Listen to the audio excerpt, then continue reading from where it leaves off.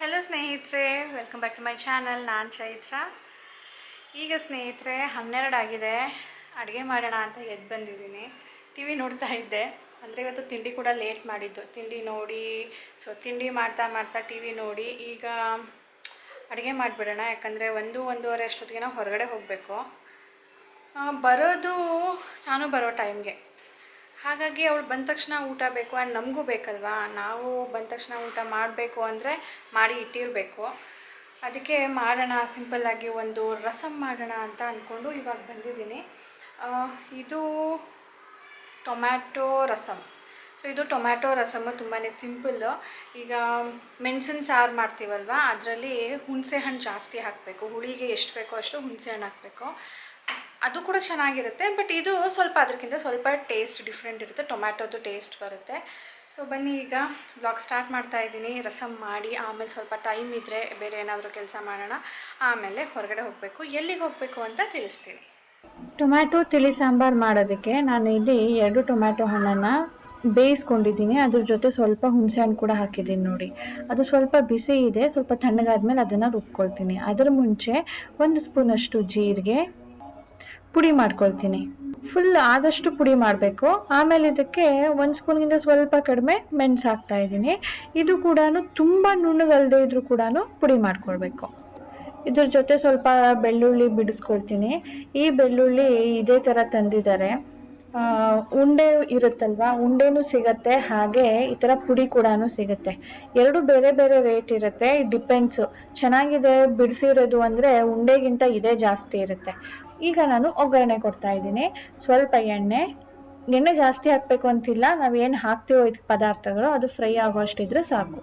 ಸ್ವಲ್ಪ ಸಾಸಿವೆ, ಬಿಡಿಸ್ಕೊಂಡಿರೋ ಬೆಳ್ಳುಳ್ಳಿ ಚೆನ್ನಾಗಿ ಫ್ಲೇವರ್ ಕೊಡುತ್ತೆ.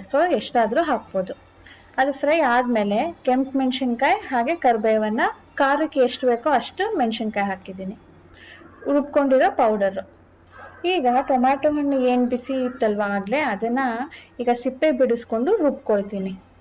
ಇದು ನೀರೇನು ಹಾಕೋದು ನೆಸಸರಿ ಇರೋದಿಲ್ಲ, ನುಣ್ಣಗೆ ರುಬ್ಕೊಳ್ಬೇಕು. ರುಬ್ಕೊಂಡಿರೋ ಟೊಮ್ಯಾಟೊನ ಸೇರಿಸ್ತಾ ಇದ್ದೀನಿ. ಇದನ್ನು ಸ್ವಲ್ಪ ಹೊತ್ತು ಎಣ್ಣೆಯಲ್ಲೇನೆ ಫ್ರೈ ಮಾಡಬೇಕು.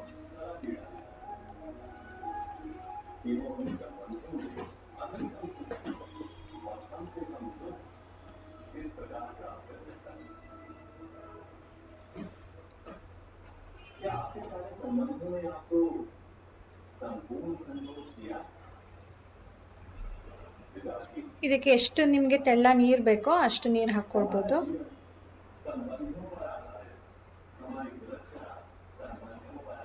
ಉಪ್ಪು,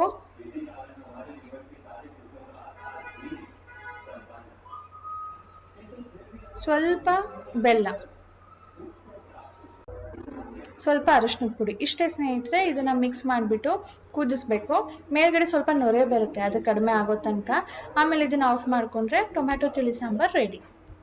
ತಿಳಿ ಸಾಂಬಾರು ಆಗ್ತಾ ಇದೆ. ಅದ್ರ ಜೊತೆಗೇನೆ ಅನ್ನ ಕೂಡ ತೊಳೆದಿಟ್ಟಿದ್ದೀನಿ. ಇನ್ನು ಹೊರಡೋ ಟೈಮ್ ಆಗಿದೆ. ಹಾಗಾಗಿ ಅನ್ನನೂ ಮಾಡಿಟ್ರೆ ಬಂದ ತಕ್ಷಣ ಊಟ ಮಾಡೋದಕ್ಕೆ ಸರಿ ಆಗುತ್ತೆ ಅಂತ.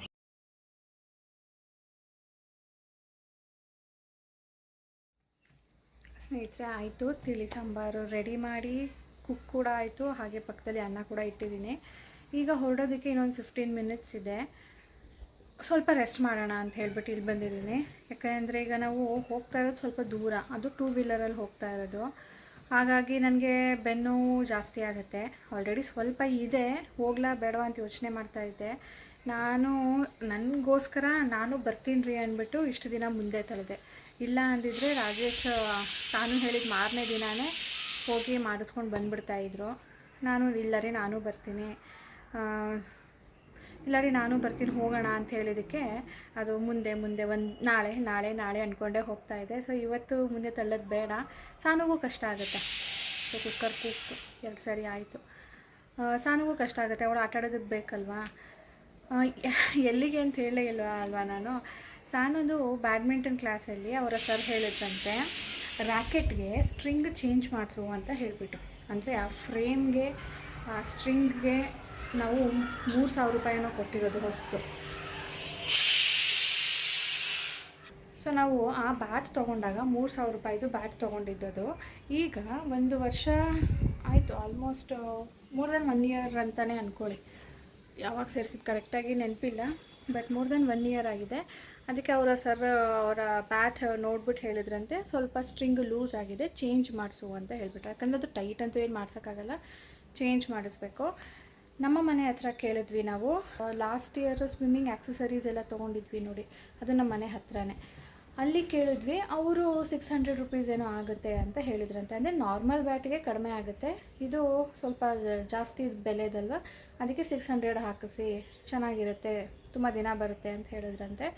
ಸೊ ಓಕೆ ಅಂತ ಕೇಳ್ಕೊಂಡು ಬಂದಿದ್ದರು. ಅದಾದಮೇಲೆ ಇವ್ರಿಗೆ ಅದೇನು ಅನ್ನಿಸ್ತೋ ಗೊತ್ತಿಲ್ಲ ರಾಜೇಶ್ಗೆ, ನಾವು ಅವ್ರ ಬ್ಯಾಟ್ ತೊಗೊಂಡಿದ್ವಲ್ಲ ಅಲ್ಲಿಗೆ ಫೋನ್ ಮಾಡಿ ಕೇಳಿದ್ರಂತೆ, ಅಲ್ಲಿಗೆ ಹೋಗೋಣ ಬಿಡು, ಯಾಕಂದರೆ ಅವ್ರ ಹತ್ರನೇ ಆ ಬ್ಯಾಟ್ ತೊಗೊಂಡಿದ್ದು. ಸೊ ಅವ್ರಿಗೆ ಗೊತ್ತಿರುತ್ತೆ ಯಾವ ಸ್ಟ್ರಿಂಗ್ ಹಾಕಿದ್ರೆ ಚೆನ್ನಾಗಿರುತ್ತೆ, ಚೆನ್ನಾಗಿ ಬಾಳಿಕೆ ಬರುತ್ತೆ ಅಂತ ಅಂದ್ಬಿಟ್ಟು ರಾಜೇಶ್ ಅಲ್ಲಿಗೆ ಹೋಗೋಣ ಅಂದರು. ಸೊ ಅಲ್ಲಿಗೆ ನಾವಿವತ್ತು ಆ ಬ್ಯಾಡ್ಮಿಂಟನ್ದು ಸ್ಟ್ರಿಂಗ್ ಚೇಂಜ್ ಮಾಡ್ಸೋದಕ್ಕೆ ಹೋಗ್ತಾ ಇರೋದು. ಸೊ ನನಗೂ ಕೂಡ ಫಸ್ಟ್ ಟೈಮ್ ಎಕ್ಸ್ಪೀರಿಯೆನ್ಸ್, ಅದು ಹೇಗೆ ಮಾಡ್ತಾರೆ ಅಂತ ಗೊತ್ತಿಲ್ಲ, ನನಗೂ ಕ್ಯೂರಿಯಾಸಿಟಿ ಇದೆ, ನಾನು ನೋಡಬೇಕು ಅಂತ ಹೇಳಿಬಿಟ್ಟು ಅದಕ್ಕೆ ನಾನು ಬರ್ತೀನಿ ಅಂತ ಹೇಳಿದ್ದೆ. ಅದ್ರ ಜೊತೆ ನಿಮಗೂ ಕೂಡ ತೋರಿಸ್ತೀನಿ. ಆ್ಯಂಡ್ ರೆಡಿ ಟು ಲೀವ್ ಸ್ನೇಹಿತರೆ. ರಾಜೇಶ್ ಅವರಿಂದ ಕಾಲ್ ಬಂತು, ಟೈಮ್ ಆಗುತ್ತೆ ನಡಿ ಅಂದ್ಬಿಟ್ಟು. ಸೊ ಈಗ ಹೋದರೆ ಮನೆಗೆ ಬರೋದು ಸುಮಾರು ಹೊತ್ತಾಗುತ್ತೆ. ಸೊ ನೀರಿನ ಬಾಟ್ಲು ಜೊತೆಗೆ ತೊಗೊಂಡೋಗ್ತಾ ಇದ್ದೀನಿ. ಹೊರಗಡೆ ಹೋಗಿದ್ದ ಅರ್ಧ ಗಂಟೆಗೇ ಇದು ಆ ಶಕೆಗೆ ಬಿಸಿಲಿಗೆ ನೀರು ಕುಡಿಬೇಕು, ದಾವ ಆಗೋದಕ್ಕೆ ಶುರುವಾಗುತ್ತೆ. ಸೊ ಇರಲಿ, ಯಾವುದಕ್ಕೂ ನಾನು ಎಲ್ಲೇ ಹೋದ್ರೂ ಇದೊಂದು ಬ್ಯಾಗ್ ತೊಗೊಂಡೋಗ್ತೀನಿ ನೋಡಿ ಜೊತೆಗೆ. ರಾಜೇಶ್ ಹೇಳ್ತಾರೆ ಯಾತಕ್ಕೆ ಬಿಡು, ನಾನು ನಿನ್ನ ಜೊತೆನೇ ಇರ್ತೀನಲ್ಲ ಅಂದ್ಬಿಟ್ಟು. ಬಟ್ ಸಿಚುವೇಶನ್ಸ್ ಕೆಲವೊಮ್ಮೆ ಹೇಗಾಗುತ್ತೆ ಅಂತ ಹೇಳೋದಕ್ಕೆ ಆಗೋದಿಲ್ಲ. ಒಂದು ಸಾರಿ ಎಕ್ಸ್ಪೀರಿಯೆನ್ಸ್ ಮಾಡಿದ್ದೀನಿ ನಾನು. ಇಬ್ಬರು ಜೊತೆಗೆ ಹೋಗಿದ್ದಾಗ ಒಂದು ಗಾಡಿ ಟೈರು ಪಂಚರ್ ಆಗೋಯ್ತು. ಸೊ ಅವ್ರು ಪಂಚರ್ ಹಾಕ್ಸೋದಕ್ಕೆ ಅಂದ್ಬಿಟ್ಟು ನನಗೆ ಬಿಟ್ಬಿಟ್ಟು ಅವರೆಲ್ಲೋ ಹೋದರು. ಅದು ಅಲ್ಲಿ ಅಂಗಡಿ ಸಿಗಲಿಲ್ಲ, ಎಷ್ಟೋ ದೂರಕ್ಕೆ ಹೊಟ್ಟೋದ್ರು, ನನ್ನ ಹತ್ರ ಮೊಬೈಲು ಇಲ್ಲ, ದುಡ್ಡು ಇಲ್ಲ. ಸೊ ಆ ಥರ ಸಿಚುವೇಶನ್ ಆದಾಗಲಿಂದ ನಾನು ಇಲ್ಲಿಂದ ಇಲ್ಲಿಗೆ ಹೋದರೂ ಕೂಡ ನಂದು ಪರ್ಸ್ ತೊಗೊಂಡಿರ್ತೀನಿ. ಈ ಪರ್ಸಲ್ಲಿ ಯಾವಾಗಲೂ ದುಡ್ಡು ಇಟ್ಟಿರ್ತೀನಿ. ಆ್ಯಂಡ್ ಮೊಬೈಲು, ಇಲ್ಲಿಂದ ಇಲ್ಲಿಗೆ ಹೋದರೂ ಕೂಡ ಮೊಬೈಲು ಮತ್ತು ಪರ್ಸು ಇರಲೇಬೇಕು. ಅಟ್ಲೀಸ್ಟ್ ಪರ್ಸ್ ಇಲ್ಲ, ಯಾರಿಗೋ ಜಸ್ಟ್ ಡ್ರಾಪ್ ಮಾಡೋದಕ್ಕೆ ಹೋಗ್ತಾಯಿದ್ದೀನಿ ಅಥವಾ ಪಿಕ್ ಮಾಡೋದಕ್ಕೆ ಹೋಗ್ತಾಯಿದ್ದೀನಿ ಅಂದರೂ ಕೂಡ ಮೊಬೈಲ್ ಅಂತೂ ಇರಲೇಬೇಕು. ಬನ್ನಿ ಹೊರಡೋಣ. ಜಾನು ಐ ಆಮ್ ರೆಡಿ. ಶೋರಾ? ಇಷ್ಟು ಬೇಗ ಹೋದರೆ ಅಲ್ಲಿ ತುಂಬ ಬೇಗ ಆಗಲ್ವಾ?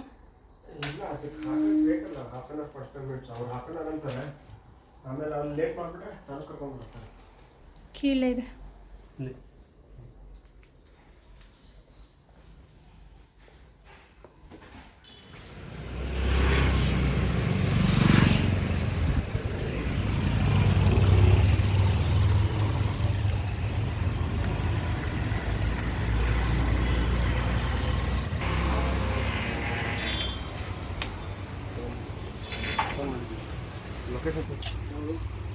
Apex lethal 6 ಇಲ್ಲಿಂದನೇ ಕೊಡ್ತೀವಿ.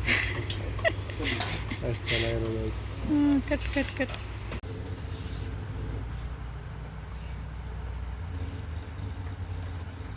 ಬ್ಲ್ಯಾಕ್ ಡ್ಯೂರಲ್ ಕ್ವಾಲಿಟಿ ಬಂದಂಗೆ ನೋಡಿದ್ದೀನಿ ಗೊತ್ತಿಲ್ಲ. ಸ್ನೇಹಿತರೆ, ಹೆಲ್ಮೆಟ್ ಹಾಕಿದಾಗ ಓಲೆ ಚುಚ್ತಾ ಇತ್ತು ಅಂದ್ಬಿಟ್ಟು ತೆಗೆದಿಟ್ಟಿದ್ದೀನಿ. ಇನ್ನು ಅವ್ರು ಹಾಕೋದು ಬೇರೆ ಹಾಕಿದ್ದೀನಿ, ಇನ್ನೇನು ಸ್ವಲ್ಪ ಹೊತ್ತಲ್ಲಿ ಹೋಗಬೇಕು.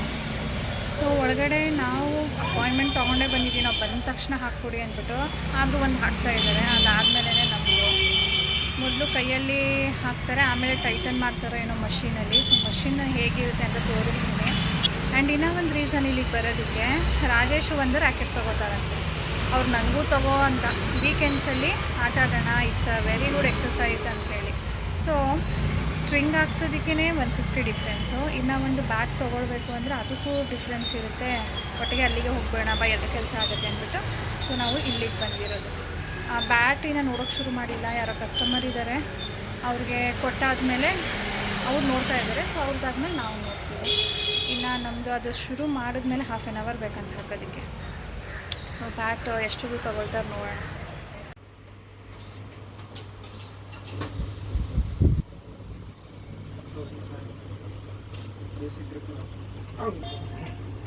ಇದು ಸ್ಟ್ರಿಂಗ್ಗೆ ಎಕ್ಸ್ಟ್ರಾನಾ?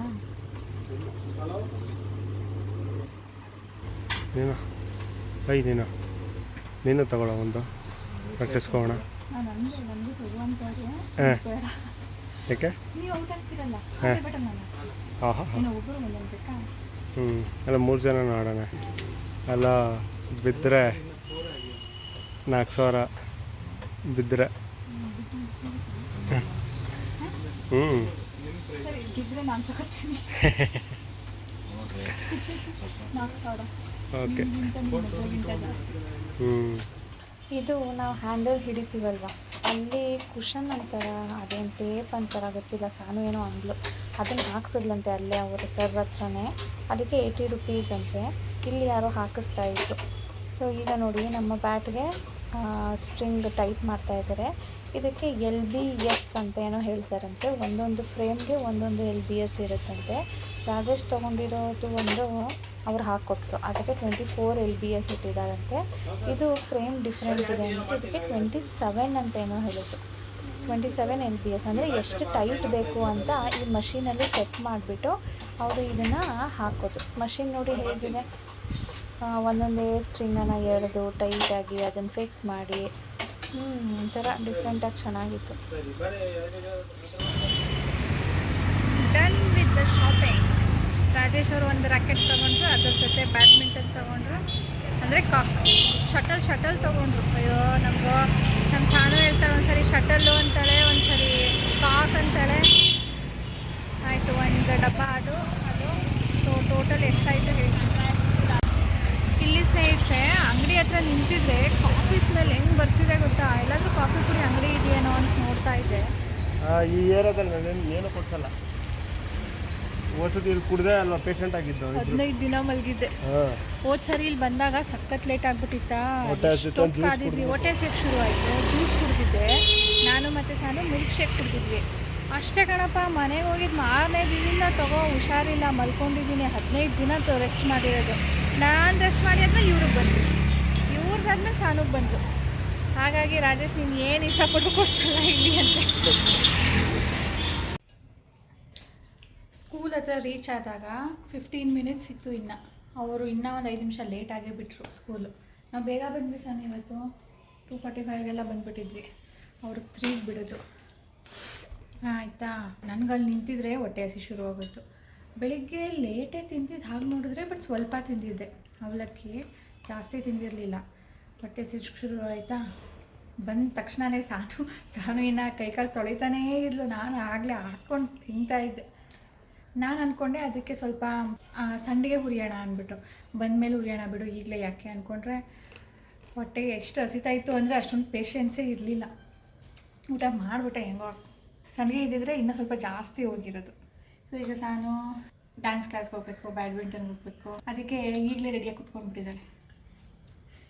ಸ್ಟ್ರಿಂಗ್ ತೆಗೆದು ನೋಡಿದೆ ಅಲ್ವಾ ನೀನು, ಪರ್ಪಲ್ ಕಲರ್ದು ಚೆನ್ನಾಗಿದೆ. ನಾನೇ ಚೂಸ್ ಮಾಡಿದ ಕಲರ್. ಅಲ್ಲಿ ಪಿಂಕ್ ಇರಲಿಲ್ಲ, ಪರ್ಪಲ್ ಇತ್ತು, ಪರ್ಪಲ್ ಹಾಕಿಸ್ದೆ. ಸ್ಕೈ ಬ್ಲೂ ಇತ್ತು, ವೈಟ್ ಇತ್ತು, ಬ್ಲ್ಯಾಕ್ ಇತ್ತು, ಯೆಲ್ಲೋ ಇತ್ತು. ಏನು ಅಲ್ಲಿ ಒಬ್ರು ಸ್ಟೇಟ್ ಲೆವೆಲ್ ಚಾಂಪಿಯನ್ ಒಬ್ರು ನಿಂತಿದ್ರು, ನಾವು ಹೋದಾಗ ಒಬ್ರು ಇದ್ರಲ್ವಾ. ನೀನು ಹೊರಗಡೆ ಹೊಟ್ಟೋದೆ, ಅವರು ರ್ಯಾಕೆಟ್ ತೊಗೊಂಡು ಇದು ಸ್ಟ್ರಿಂಗ್ಸ್ ಅಂದ್ ಅನ್ನೋದಲ್ಲ, ಅದಕ್ಕೆ ಗಟ್ಟಿಂಗ್ಸ್ ಅಂತಾರೆ. ಕಟಿಂಗ್ಸಾ? ಗಟ್ಟಿಂಗ್ ಹಾಂ ಓಕೆ. ಅವರು ಯಾವ ಕಲರ್ ಬೇಕು ಸರ್ ಅಂತ ಅವ್ರಿಗೆ ಕೇಳ್ದ ಅವನ ಅಂಗಡಿಗಳು. ಅದಕ್ಕೆ ಬ್ಲ್ಯಾಕ್ ಹಾಕಪ್ಪ, ಬ್ಲ್ಯಾಕೇ ಡ್ಯೂರಬಲ್ ಬರೋದು ಅಂತ ಅಂದ. ಆ ಮಾತನ್ನ ಮೊದಲೇ ಹೇಳಿದ್ರೆ ನಾನು ಬ್ಲ್ಯಾಕ್ ಹಾಕ್ಸ್ತಿದ್ದೆ.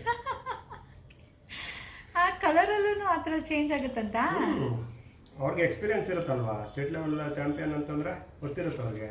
ಓಕೆ ಸ್ನೇಹಿತರೆ, ಈಗ ಸಾನುಗೆ ಕರ್ಕೊಂಡು ಬರೋ ಟೈಮ್ ಆಗಿದೆ. ಅಂದರೆ ಡ್ಯಾನ್ಸ್ ಕ್ಲಾಸಿಂದ ಬ್ಯಾಡ್ಮಿಂಟನ್ಗೆ ಬಿಡಬೇಕು. ಡ್ಯಾನ್ಸ್ ಕ್ಲಾಸ್ಗೆ ಬೇಗನೆ ಹೋಗ್ತಾಳೆ. ಅವಳು ಹೋಗೋ ಅಷ್ಟೊತ್ತಿಗೆ ನನಗೆ ಹಾಲು ಕೊಡಬೇಕು ಅಂತ ಅನ್ಸೋದೇ ಇಲ್ಲ. ಯಾಕಂದ್ರೆ ಅವಳು ಬರೋದೇ ಲೇಟು. ಬಂದು ಅವಾಗ ತಾನೇ ಊಟ ಮುಗಿಸಿರ್ತಾಳಲ್ಲ, ಏನು ಕೊಡಬೇಕು ಅಂತ ನೆನಪೇ ಆಗೋದಿಲ್ಲ.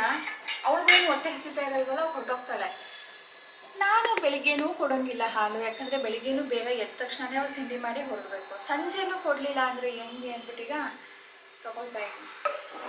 ಅಲ್ಲಿ ಈಗ ಡ್ಯಾನ್ಸ್ ಕ್ಲಾಸಿಂದ ಕರ್ಕೊಂಡು ಬ್ಯಾಡ್ಮಿಂಟನ್ಗೆ ಬಿಡ್ತೀನಲ್ಲ, ಅಲ್ಲೇ ಕುಡಿಯಮ್ಮ ಅಂತ ಹೇಳಿ.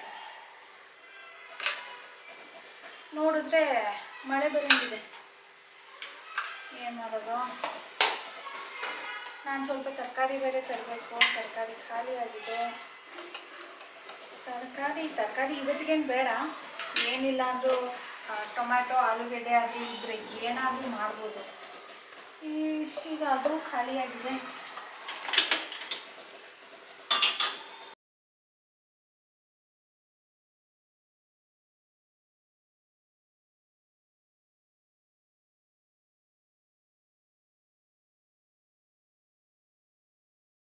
ಫಸ್ಟ್ ಟೈಮ್ ನಾನು ಇದ್ರಲ್ಲಿ ಹಾಕ್ತಾ ಇರೋದು. ಎಷ್ಟು ಹಾಕಬೇಕು ಅಂತಲೇ ಗೊತ್ತಿರಲಿಲ್ಲ. ಅದಕ್ಕೆ ಮೆಷರ್ ಮಾಡಿ ಒಂದು ಚಿಕ್ಕ ಗ್ಲಾಸಲ್ಲಿ ಮೆಷರ್ ಮಾಡಿ ಹಾಕ್ತೆ.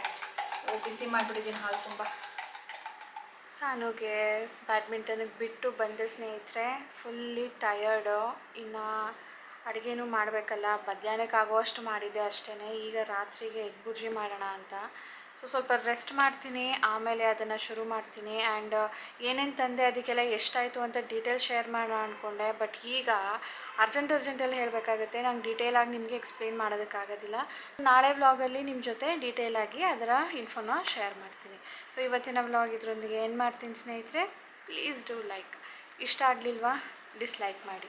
ಆ್ಯಂಡ್ ಸಬ್ಸ್ಕ್ರೈಬ್ ಮಾಡದೆ ನೋಡ್ತಾ ಇದ್ದರೆ ಪ್ಲೀಸ್ ಸಬ್ಸ್ಕ್ರೈಬ್ ಮಾಡ್ಕೊಳ್ಳಿ. ಸಿಗೋಣ ಮುಂದಿನ ವೀಡಿಯೋಲಿ. ಬಾಯ್ ಬಾಯ್ ಸ್ನೇಹಿತರೆ.